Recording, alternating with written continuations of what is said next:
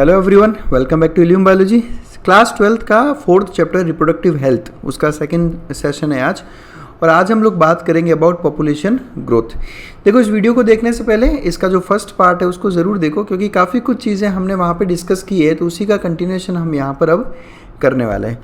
ठीक है, चलिए शुरू करते हैं हम लोग। देखिए, मैं जितने भी लोग से रिक्वेस्ट करूँगा जिन्होंने हमारे चैनल को ज्वाइन किया है, देखो मेरे यूट्यूब के हर वीडियो के नीचे एक ज्वाइन बटन आ रहा है। अगर आपको लगता है कि हम बहुत अच्छे कंटेंट आप तक पहुंचा रहे हैं तो ज्वाइन करें हमारे चैनल को, मेंबर बने, हमारे सपोर्ट करें हमें। और जैसे ही आप मेंबरशिप लें, आप सबसे पहले मुझे इस नंबर पे व्हाट्सएप करें ताकि मैं आपको अपने मेंबर वाले ग्रुप में ऐड कर सकूं, ताकि हम इस जर्नी को और अच्छा बना सकें। और जितने भी आपके डाउट्स रहते हैं वो सब हम वहाँ पे डिस्कस बहुत अच्छे से करते हैं।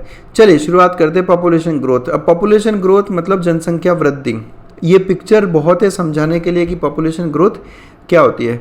आज़ादी से लेकर अब तक भारत की जो जनसंख्या है बहुत एक्सप्लोसिव लेवल पे बढ़ा है। ठीक है, अब हुआ क्या है, पॉपुलेशन ग्रोथ होने के पीछे के अगर हम कारणों को समझें तो पिछले सेंचुरी मतलब 100 साल का टाइम, यानी पिछली सदी कह सकते हो आप। एक सेंचुरी 100 ईयर्स के टाइम को कहते हैं। तो पिछली सेंचुरी की अगर मैं बात करूँ तो करीब करीब हर फील्ड में भारत ने ऑलराउंड डेवलपमेंट किया है। ठीक है, आप किसी भी फील्ड से बात कर लो, चाहे आप इकोनॉमी पॉइंट ऑफ व्यू से देखो, डेवलपमेंट पॉइंट ऑफ व्यू से देखो, तो हर फील्ड में हमने अच्छा खासा डेवलपमेंट किया है। उसके अलावा हेल्थ फैसिलिटीज़ काफ़ी बड़े लेवल पे हमने सुधारी है, इंक्रीज़ किए, number of hospitals, number of medical colleges, काफ़ी इंप्रूवमेंट आया है। और इवन जो लिविंग कंडीशंस है लोगों की, वो भी उसमें भी काफ़ी सुधार आया है। अब देखो, ये सब चीज़ों की वजह से बेसिकली क्वालिटी ऑफ लाइफ सुधरती है ना। आप जितना आपके पास अच्छी हेल्थ फैसिलिटीज़ होगी, आप जितनी अच्छी लिविंग कंडीशंस में रहोगे, है ना, अलग अलग फील्ड्स में जो डेवलप्ड है इंडिया, है ना, इकोनॉमिक प्रॉस्पेरिटी है, सब है, तो उन सब की वजह से क्वालिटी ऑफ लाइफ बहुत इंप्रूव हुई। और ये रीज़न है एक पॉपुलेशन ग्रोथ का। तो इसका एक एक्सप्लोसिव इम्पैक्ट आया पॉपुलेशन ग्रोथ पे, है ना। बहुत ज़्यादा पॉपुलेशन इंडिया की ग्रो हुई है आफ्टर इंडिपेंडेंस। अगर इसको न्यूमेरिकली देखें अगर हम, तो पहले मैं वर्ल्ड की पॉपुलेशन की बात करता हूँ। 1900 के आसपास इस दुनिया की पॉपुलेशन थी 2 बिलियन। 2 बिलियन मतलब होता है 200 करोड़। 200 करोड़ लोग थे कब? 1900 के आसपास। 2000 यानी कि बराबर 100 साल बाद में, 1900 के 100 साल बाद में ये पॉपुलेशन 3 गुना बढ़ गई। यानी हम 2 बिलियन से 6 बिलियन हो गए, 200 करोड़ से 600 करोड़। और उसके बराबर 11 साल बाद यानी 2011 में ये पॉपुलेशन चली गई करीब 7.25 बिलियन। यानी आप कह सकते हो आप करीब 720 करोड़ 720 करोड़ पॉपुलेशन आप इमेजिन कर सकते हो। ह्यूमन बींग्स 720 करोड़ का पॉपुलेशन है 2011 में, और ये वीडियो मैं आज बना रहा हूँ 2024 में। तो अब आप सोचो ये पॉपुलेशन कहाँ तक अब पहुँच गई होगी। मैं ये डेटा एनसीईआरटी से ले रहा हूँ, तो एनसीईआरटी ने 2011 तक का ही डेटा दिया है, तो मैं उस हिसाब से बता रहा हूँ 720 करोड़ 2011 में बहुत बड़ा नंबर होता है। और यही बात करूँ अगर मैं भारत की, तो जब भारत आज़ाद हुआ था 1947 में, तब हमारी पॉपुलेशन थी करीब 350 मिलियन। 350 मिलियन का मतलब होता है 35 करोड़, है ना। 35 करोड़ पॉपुलेशन थी भारत की आज़ादी के वक्त। और सन 2000 में ये पॉपुलेशन हो गई 1 बिलियन। 1 बिलियन यानी कि 100 करोड़ अपनी पॉपुलेशन हो गई 2000, केवल 53 साल में। केवल 53 ईयर्स में हम लोग 35 करोड़ से 100 करोड़ पहुँच गए। यानी कि कितना पॉपुलेशन इंक्रीज़ हुआ हमारा? 65 करोड़ का। तो आप समझ सकते हैं कि कितना बड़ा पॉपुलेशन एक्सप्लोजन हुआ है ये। और 2011 का जो जनसंख्या जो हुई थी उसमें अपना नंबर निकला था 1.2 बिलियन, यानी 120 करोड़। 120 करोड़। अगर आप वर्ल्ड के पॉइंट ऑफ व्यू से इसको कंपेयर करें अगर हम, तो आप देखो सन 2000 की बात करता हूँ मैं। 2000 में वर्ल्ड की पॉपुलेशन थी 6 बिलियन और इंडिया की पॉपुलेशन है 1 बिलियन। 2011 में वर्ल्ड की पॉपुलेशन 7.2 बिलियन और इंडिया की पॉपुलेशन 1.2 बिलियन। यानी इंडिया की पॉपुलेशन बहुत हाई है, बहुत बड़े लेवल पे वर्ल्ड की पॉपुलेशन को कंट्रीब्यूट करती है इंडियन पॉपुलेशन। आप सबको अच्छे से मालूम होगा कि इंडिया और चाइना बहुत ज़्यादा पॉपुलेटेड कंट्रीज़ है। वर्ष 2011 की बात करें तो चाइना की पॉपुलेशन इंडिया से बहुत ज़्यादा थी। और अगर हाल ही के आंकड़ों की अगर हम बात करें तो इंडिया की पॉपुलेशन सरपास कर गई है चाइना से। यानी सन 2000 चाइना की अगर आप 2024 की अगर आप बात करोगे तो इंडिया की पॉपुलेशन चाइना से अभी ज़्यादा है। ठीक है, तो ये पॉपुलेशन ग्रोथ और ये पॉपुलेशन ग्रोथ के रीज़न। अब पॉपुलेशन ग्रोथ के और रीजंस की बात करें, जैसा मैंने कहा कि क्वालिटी ऑफ लाइफ है ना काफ़ी इंप्रूव हुआ है, तो क्वालिटी ऑफ लाइफ बढ़ी तो पॉपुलेशन ग्रोथ बढ़ा। अब एनसीईआरटी ने क्वालिटी ऑफ लाइफ बढ़ने के पीछे और क्या क्या रीज़न बताए और क्या क्या रीज़न बताए पॉपुलेशन ग्रोथ के, तो उसमें एक बहुत बड़ा फैक्टर था rapid decline in death rate. तो जो डेथ रेट है वो डेथ रेट में काफ़ी कमी आई है। कमी आने के पीछे का मेन रीज़न है इंक्रीज्ड हेल्थ फैसिलिटीज़, है ना। पहले इतना अच्छे लेवल पे हेल्थ फैसिलिटीज़ नहीं थी, तो जब भी कोई बीमारी फैलती थी या तो उसमें काफ़ी लोगों की डेथ होती थी, लेकिन काफ़ी बेहतर हेल्थ फैसिलिटीज़ मिलने की वजह से डेथ रेट में काफ़ी कमी आई। स्पेशली इंडिया में जो एमएमआर और आईएमआर है उसमें काफ़ी गिरावट दर्ज हुई है। आईएमआर जैसा हमने पिछले वीडियो में भी देखा था, इन्फेंट मोर्टिलिटी रेट, यानी जो छोटे बच्चे होते हैं। इन्फेंट बेसिकली हम किसको कहते हैं, उन बच्चों को जो 1 साल से छोटे हैं ना, उनको इन्फेंट कहा जाता है। और मैटरनल यानी कि मदर, तो ड्यूरिंग डिलीवरी, आफ्टर डिलीवरी, पहले ऐसा होता था कि काफ़ी मदर की डेथ हो जाती थी या इन्फेंट्स की डेथ हो जाती थी, लेकिन इसमें बहुत बड़ा डिक्लाइन आया है और इसमें डिक्लाइन आने की वजह से पॉपुलेशन ग्रोथ अच्छा बढ़ा है। उसके अलावा increase in number of people in reproducible age, वो लोग जो रिप्रोडक्शन वाली एज में है ना, जो रिप्रोड्यूस कर सकते हैं, उनका नंबर बहुत ज़्यादा बढ़ा। उनका नंबर बढ़ा तो इनका रिप्रोडक्शन, ये रिप्रोड्यूसिबल एज में थे, ये रिप्रोड्यूस हुए तो पॉपुलेशन ग्रोथ उसकी वजह से हुई है। फिर इतने जो एक्सप्लोजिव पॉपुलेशन ग्रोथ हुई तो ये कंसर्न वाली चीज़ हो गई। तो फिर भारत सरकार ने प्रोग्राम्स चालू किए, उसमें से एक प्रोग्राम था रिप्रोडक्टिव चाइल्ड हेल्थ प्रोग्राम, यानी RCH प्रोग्राम।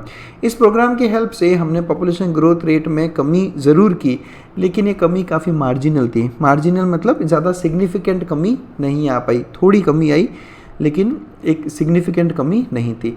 2011 सेंसस की रिपोर्ट क्या कहती है वो भी हम एक बार देख लेते हैं। मैं आपको पहले सेंसस का मतलब बताता हूँ। सेंसस को अगर मैं हिंदी में बताऊँ तो इसको हम कहते हैं जनसंख्या गणना, यानी कितनी जनसंख्या है उसको कैलकुलेट करना, पॉपुलेशन कैलकुलेशन को हम सेंसस कहते हैं। तो 2011 में सेंसस की रिपोर्ट आई थी और उस रिपोर्ट की अगर हम माने तो अपना पॉपुलेशन ग्रोथ रेट 2% से कम था। अपना पॉपुलेशन ग्रोथ रेट कितना था, 2% से कम। अब इस 2% का मतलब क्या है, 2% का मतलब होता है 20 पर 1000 पर ईयर, यानी हर एक साल में 1000 लोगों के ऊपर 20 लोग बढ़े, इसको कहते हैं हम 2% पॉपुलेशन ग्रोथ रेट। एक साल में 1000 लोगों पे जो है 20 लोग बढ़े हैं, यानी कि इसको आप ऐसे समझ लो कि जहाँ पे ईयर ए में 1000 लोग थे, वहीं 2% पॉपुलेशन ग्रोथ की बात करोगे तो एक साल बाद यानी ईयर A+1, एक साल बाद में ये पॉपुलेशन हो जाएगी 1020, क्योंकि हर 1000 पे 20 बढ़े। पॉपुलेशन अगर 10,000 होगी तो 1000 पे 20, तो यानी कि 200 और बढ़ गए आपके। तो इस हिसाब से हम पॉपुलेशन ग्रोथ रेट जो है कैलकुलेट करते हैं। तो ये 2011 का सेंसस रिपोर्ट था और इस ग्रोथ रेट की अगर हम बात करें तो अगर इसी ग्रोथ रेट पे ये इस तरह से चलता रहा तो इसके हिसाब से पॉपुलेशन इतना बढ़ जाएगा। और इस पॉपुलेशन बढ़ने से नुकसान क्या होगा कि स्कार्सिटी हो जाएगी, कमी हो जाएगी बेसिक चीज़ों की। बेसिक आप बचपन से सुनते आ रहे हो ना, आपने बॉलीवुड मूवीज़ में कहते हैं कि एक इंसान को केवल 3 ही चीज़ों की ज़रूरत होती है, रोटी, कपड़ा और मकान। तो ये रोटी, मकान, कपड़ा, ये 3 बेसिक चीज़ों की भी कमी आ जाएगी अगर हमारा पॉपुलेशन इसी रेट पे, अलार्मिंग रेट पे बढ़ता रहा। तो ये दिक्कत रहता है पॉपुलेशन ग्रोथ का। Therefore the government was forced to take up serious measures to check this population growth rate. इसलिए गवर्नमेंट को जो है कुछ सीरियस मेजर्स उठाने पड़े ताकि इस पॉपुलेशन ग्रोथ रेट को जो है कंट्रोल किया जा सके। अब हम देखते हैं कि कौन कौन से कदम, कौन कौन से स्टेप्स उठाए गए इस पॉपुलेशन ग्रोथ को कम करने के लिए। इसमें सबसे पहला था कि लोगों को मोटिवेट किया गया कि छोटी फैमिली रखो आप, जो आपने सुना होगा हम दो हमारे दो वाला कंसेप्ट। ये काफ़ी फेमस स्लोगन था गवर्नमेंट का। हम दो हमारे दो का क्या मतलब हो गया कि हम दो मतलब मियाँ बीवी और उनके 2 बच्चे। तो इस स्लोगन को काफ़ी फेमस किया गया ताकि लोग जो है मोटिवेट हो एक छोटी फैमिली रखने के लिए। और स्मॉलर फैमिलीज़ अगर आपको चाहिए तो आपको उसके लिए चाहिए होंगे बहुत सारे कॉन्ट्रासेप्टिव मेथड्स। अब क्या होते हैं कॉन्ट्रासेप्टिव मेथड्स? ये कॉन्ट्रासेप्टिव मेथड हर वो मेथड जिससे आप प्रेग्नेंट होने से बच सकें उसे कॉन्ट्रासेप्टिव मेथड कहते हैं। नेक्स्ट वीडियो में हम इसी पे डिटेल में लेंगे पूरा कि कॉन्ट्रासेप्टिव मेथड्स कौन कौन से होते हैं। ठीक है।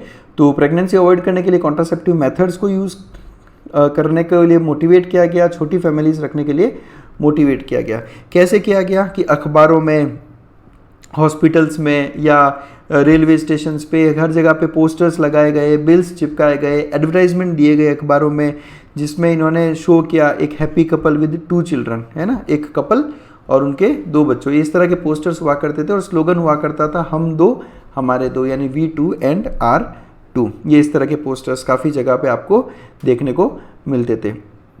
Many couples, mostly the young, urban and working ones, have even adopted a one-child norm. अब अगर आप अर्बन एरियाज़ की बात करेंगे, सिटी एरियाज़ में, बॉम्बे, दिल्ली, वहाँ पे अब काफ़ी कपल्स ऐसे हैं जो जिसमें बेसिकली दोनों ही वर्किंग हो, यानी कि मदर भी वर्किंग और फादर भी वर्किंग है और अर्बन एरियाज़ में रह रहे हैं, तो वो तो 1 चाइल्ड नॉर्म पर ही आ गए हैं, यानी 2 बच्चे भी नहीं, 1 बच्चों में ही वो जो है इतना ही वो जो है इसी पे रह रहे हैं कि 1 चाइल्ड नॉर्म को ही वो फॉलो कर रहे हैं। उसके अलावा और जो गवर्नमेंट ने मेजर्स उठाए, तो गवर्नमेंट ने क्या किया कि शादी की जो एज थी उसको बढ़ा दिया गया। स्टैट्यूटरी, जैसा मैंने लास्ट वीडियो में भी कहा था, इसका मतलब होता है लॉफुल, यानी कानून ही बना दिया गया कि 18 साल से छोटी लड़की और 21 साल से छोटे लड़के की आप शादी करवाना गैर कानूनी रहेगा। तो मैरिज की जो एज है उसको बढ़ाई गई। वो इसलिए बढ़ाई गई क्योंकि देखो क्या होता है कि जब बाल विवाह होता है ना, जैसे आपने 16-17 की एज में शादी करवा दी बच्चों की, तो इनको ज़्यादा आइडिया रहता नहीं कॉन्ट्रासेप्टिव्स का और वगैरह सबका। तो इस वजह से क्या है कि इनके जो नंबर ऑफ चिल्ड्रन होते हैं वो कुछ ज़्यादा ही रहते हैं, क्योंकि उनको इतना समझ नहीं हो पाता डेवलप इतना ज़्यादा, इसलिए जो है मैरिज की एज बढ़ाई गई। उसके अलावा सरकार ने इंसेंटिव्स देने चालू कर दिए उन कपल्स को जिनकी छोटी फैमिलीज थी।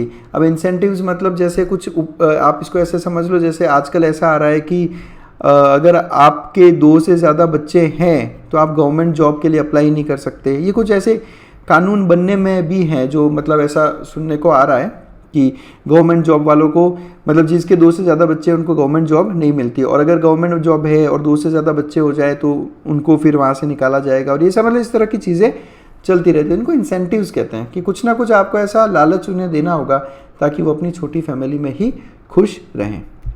तो ये था एवरीथिंग अबाउट पॉपुलेशन ग्रोथ, एक छोटा सा टॉपिक जो हमारे इस चैप्टर में दे रखा था।